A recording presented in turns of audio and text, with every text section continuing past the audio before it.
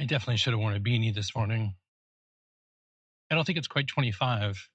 What it feels like is probably high 20s and low 30s. And the temperature itself is fine. It's just when that wind picks up, especially with the lake right here, it gets a little more chilly. Well, I lost the magnet on the back of the mic.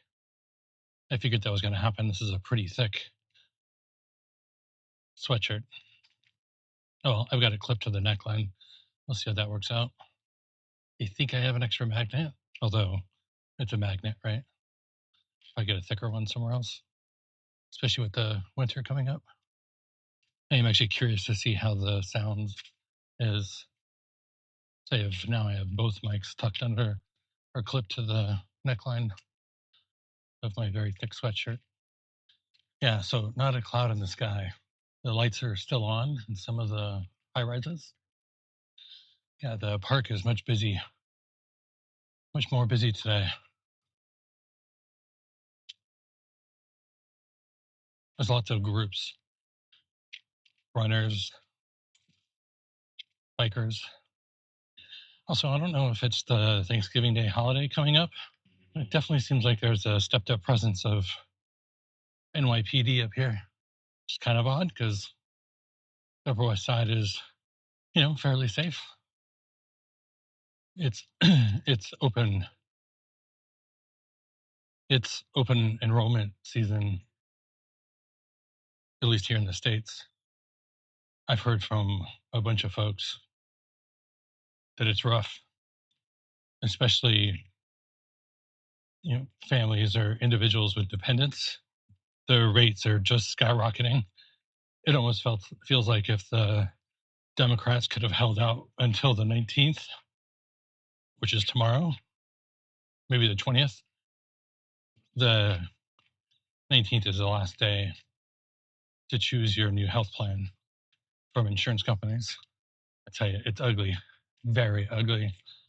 You think messaging wise, the Democrats could have pinned that whole thing on the Republicans, and because the date would have passed, open enrollment was now closed, they'd have been stuck with that message and defending it. Coulda, shoulda, right? Yeah, there's another cop up here.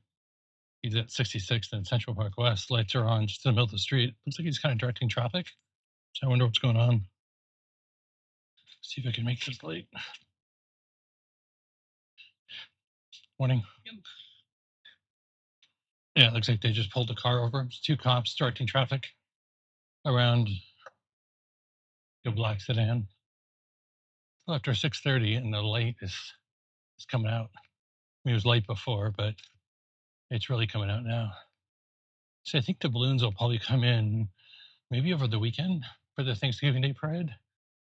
They do a pretty good job of blocking everything off. I think if you have your ID to show that you live here, I think you can get through. But otherwise, we might try to sneak down there once the balloons are there. They'll lay them all out on 77th and 81st. The Natural History Museum is between 77th and 81st. Or at least typically that's what they do. Then I think they put netting over them, and then they start to blow them up with air. And when they do that, they'll close the streets off, and the parents and kids will come out and see all the balloons being blown up. It's really neat. But the Upper West Side just gets mobbed with everyone. I mean, TV cameras, coppers, residents. I don't know how the shop owners do during that time. They can't be easy.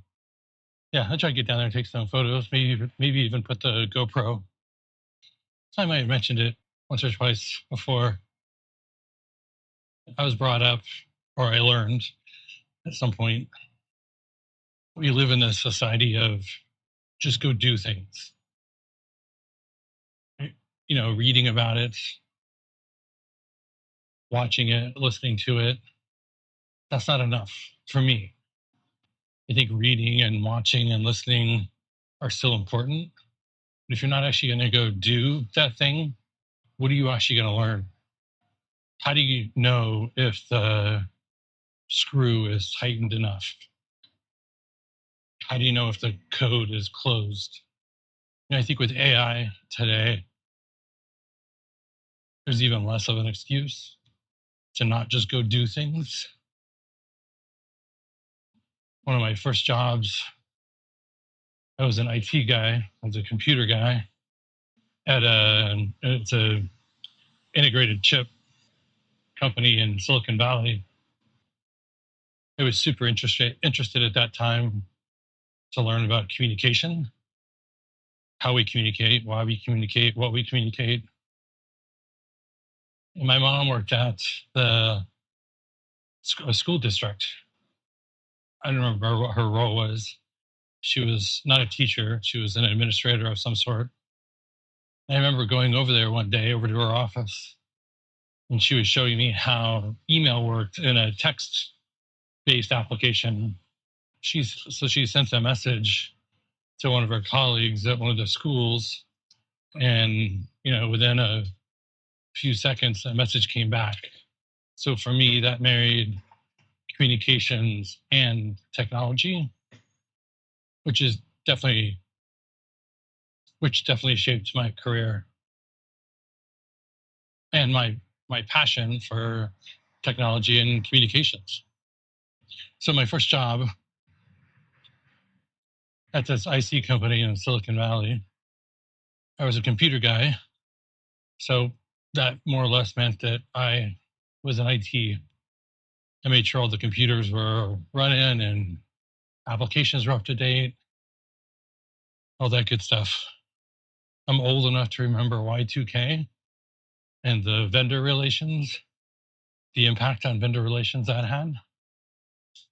But one of my first projects that was outside of my core responsibilities, I built a database. So our testing team was on the bottom floor. The administration operations was on the top floor. I think it was like a 6 or 7 floor building. And the problem was if you're a salesperson selling in bulk, selling these chips in bulk, you kind of had to know, whether it's just-in-time inventory or real-time inventory. We just had to have a better idea so we could move things faster. And then that way, we didn't have to go up and down the elevator to manage a sale. Rather, the inventory database was updated, that fed upstairs. Sales team could look at it. It was real time. They could send a note back down to inventory to package up, whatever it might be, without having to go back and forth. So that idea of technology and communications, learning databases, learning how people want data presented to them, what makes it easier and faster, how to update. I definitely read about how to do that and what different applications I should look at, whether it's a database or what I ended up using was Excel. I just went out and tried it and did it and then iterated on it. We didn't have anything before. So that first database, that first application, that first use wasn't going to be perfect. It was going to be better than what we had before, which was nothing. So whether that's through product management, marketing, sales, engineering, operations, management, the idea is you should get that first version out there as quick as possible. And you should also experience putting that first version out as quickly as possible. You'll learn so much from that. You'll learn even more from the customer feedback or market feedback. You also understand from your team communications and technology and how to build things and how to fix things and how to iterate on things. And maybe I mentioned that this past week I was down in Atlanta. The government was shut down. Flights were being delayed and canceled all over the place, and everybody was freaking out about it, at least on the news. So I started thinking about direct versus indirect communications or reality. I'll focus on that this week.